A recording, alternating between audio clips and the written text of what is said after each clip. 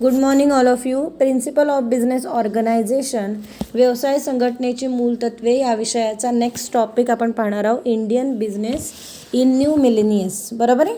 Next topic म्हणजे या चॅप्टरचा म्हणजे फर्स्ट चॅप्टरचा लास्ट टॉपिक आज आपल्याला बघायचा आहे. नवीन सहस्रामधील भारतीय व्यवसाय म्हणजे इंडियन बिझनेस इन न्यू मिलेनियस. आता कोणकोणते धोरणं होते किंवा कोणकोणत्या पॉलिसीज होत्या.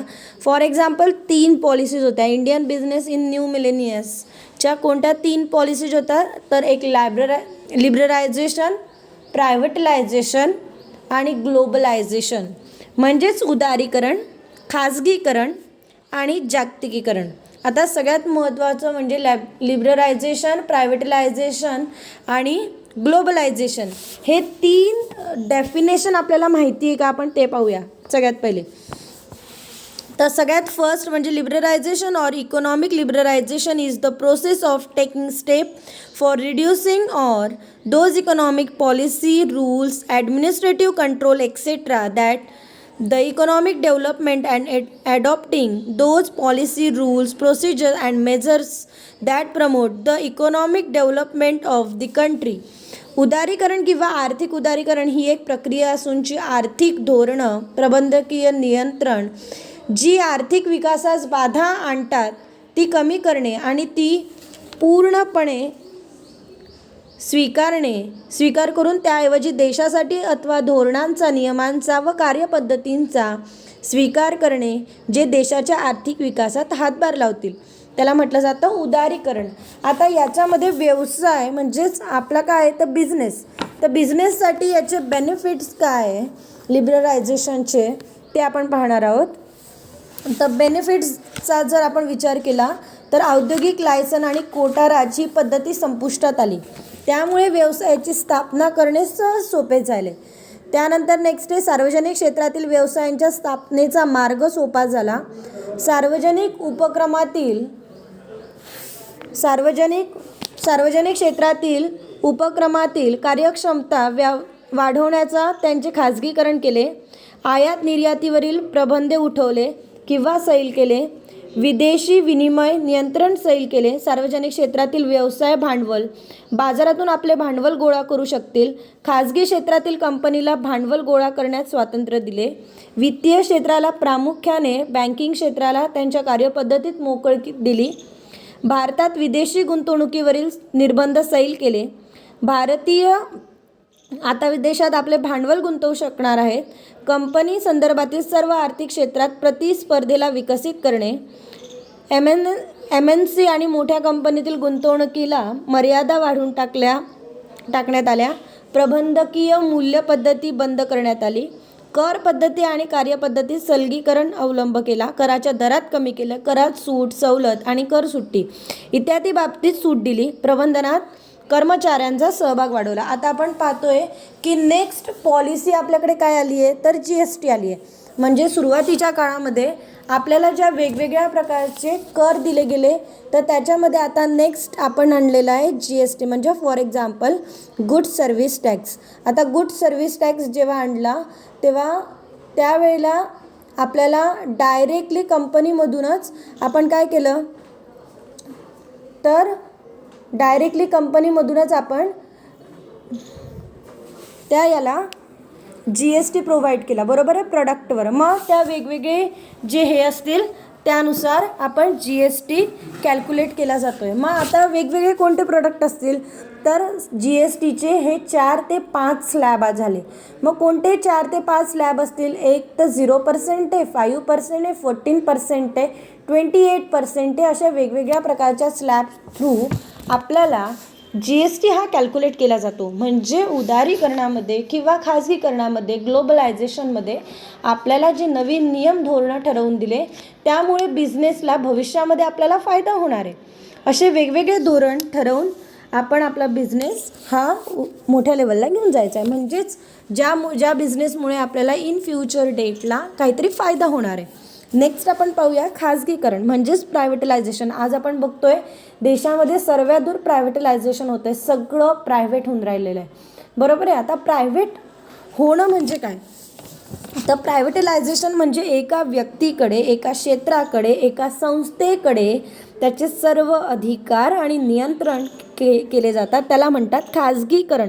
सर्वसाधारण शब्दात खाजगीकरण म्हणजे सार्वजनिक क्षेत्रातील तसेच सरकारी क्षेत्रातील व्यवसाय चालवण्याकरता व नियंत्रण करण्याकरता खाजगी व्यक्तीकडे, संस्थांकडे सोपवणे होय. म्हणजेच एका व्यक्तीकडे ते सगळे आपण हे करतो. In simple word, privatisation is a process whereby economic activity or business enterprises that were once owned or operated by the government are now transferred to private business organization or individuals along with their or whole ownership or management or both. During 1990, Government of India gave to the privatization process until they continue to carry on the process of privatization. Following are the main characteristics of privatization which help in the development of Indian business. आता main characteristics काय होते ते आपण पाहूया.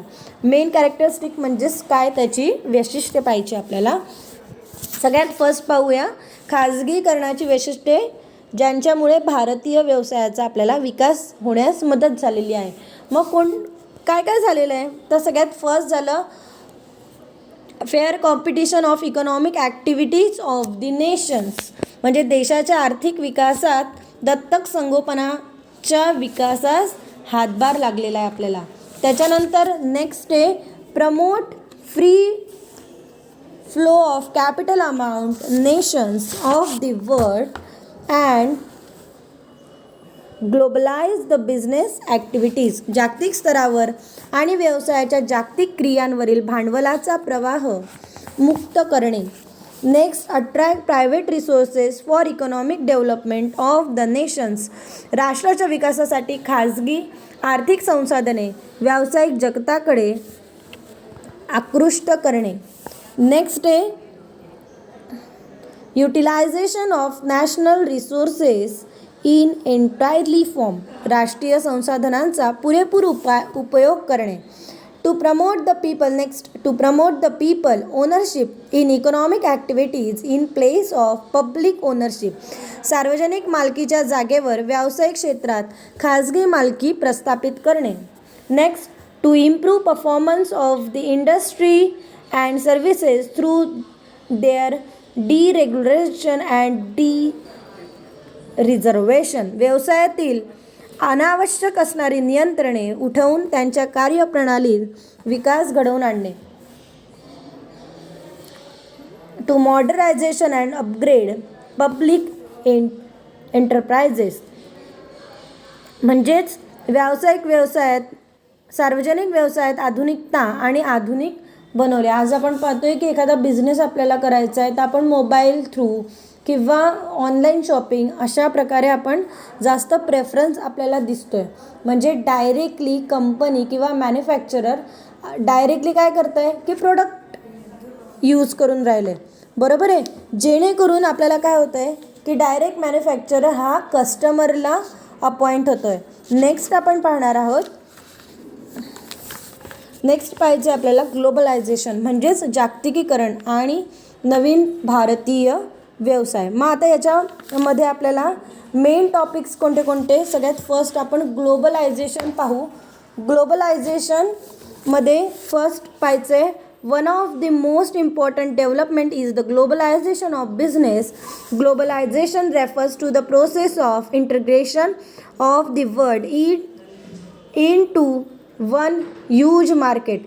Such unification calls for removal of all trade barriers among the countries. It has reigned the nation's state.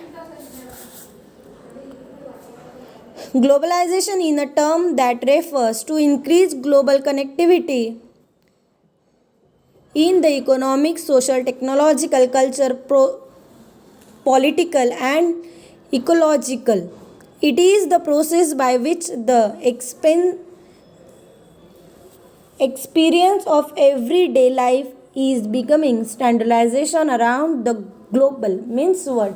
आज आपण म्हणतो आहे की खेड्यांकडे चला. का खेड्यांकडे चला? एक ग्लोबल, एक छोट्याशा गावामध्ये पर्यंत आपलं आज हे गेलेलं आहे, टेक्नॉलॉजी गेलेली आहे. 5G, 3G, 4G.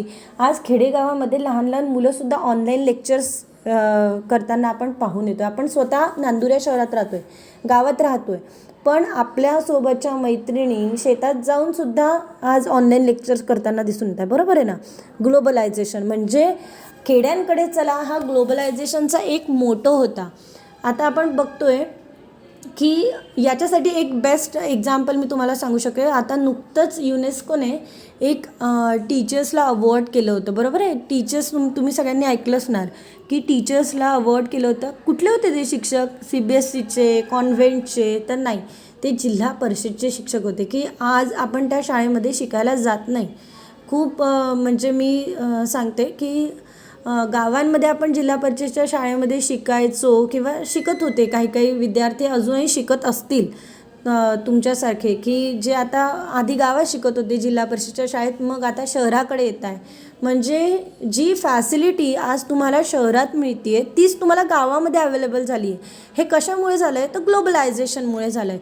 म्हणजे वेगवेगळ्या प्रकारे आपल्याला आपल्या वेगवेगळ्या स्किल यूज करून आपण काय करतो आहे, तर ग्लोबलायझेशनमुळे आपण आपला भारतीय व्यवसाय हा मोठ्या प्रमाणावर इन्क्रीज करण्याचा प्रयत्न करतो आहे. मग अशा प्रकारे याच्यामध्ये काहीतरी अडथळेसुद्धा आहे, काहीतरी प्रॉब्लेम्ससुद्धा आपण क्रिएट केलेले आहे. मग काय काय क्रिएट केलेले असतील? तर सगळ्यात मोठ्या प्रमाणावर अनएम्प्लॉयमेंट झालेलं आहे. आज भारतामध्ये खाजगी क्षेत्र वरचढ झालेलं आहे. म्हणजे प्रायव्हेटलायझेशन खूप जास्त प्रमाणात आपल्याला दिसून येतं. त्याच्यानंतर आर्थिक संघटनांचा विकास खीळ बसतोय. त्याच्यानंतर कापूस स्पर्धेचा विकास झालेला आहे. त्याच्यानंतर बहुराष्ट्रीय कंपन्यांकडून स्थानिक कंपनीला दाबून टाकण्याचा प्रयत्न केला जातो. आता बहुराष्ट्रीय कंपन्या म्हणजे कोणत्या? तर MNC कंपनीज. त्या राष्ट्रीय लेवलच्या कंपन्यांना दाबून टाकण्याचा प्रयत्न करत आहे. म्हणजेच की आज आपल्या भारतामध्ये किंवा ज्या राष्ट्रीय कंपन्या असतील त्यांना वेगवेगळ्या टेक्नॉलॉजीने आपण काय केलं पाहिजे, तर पुढे ढकललं गेलं पाहिजे, जेणेकरून त्या राष्ट्रीय कंपन्यांचा विकास होईल आणि MNC कंपन्या या त्यांना काय करतील, तर कॉम्पिटिशनला उभ्या राहतील. दोघं कंपन्या, राष्ट्रीय कंपन्या आणि MNC कंपन्या. आलं लक्षात सर्वांना? याबरोबरच आपलं फर्स्ट चॅप्टर इथं संपलेलं आहे. नेक्स्ट चॅप्टर आपण सुरू करणार आहे आता, व्यवसाय, प्रिन्सिपल ऑफ बिझनेस ऑर्गनायझेशनचं फर्स्ट चॅप्टर आपण कंप्लीट केलं आहे. सगळ्यांनी नोट्स किंवा बुक्समधून एकदा हे चॅप्टर परत वाचायचं आहे, क्वेश्चन आन्सर प्रिपेअर करायचे आहे आणि आपल्या बुकमध्ये लिहायचं आहे. घेता आहे लक्षात सगळ्यांना? आणि ज्यांनी असाइनमेंट अजूनही जमा केलेल्या नसतील त्यांनी असाइनमेंट लवकरात लवकर जमा करायचे आहे. Okay, thank you.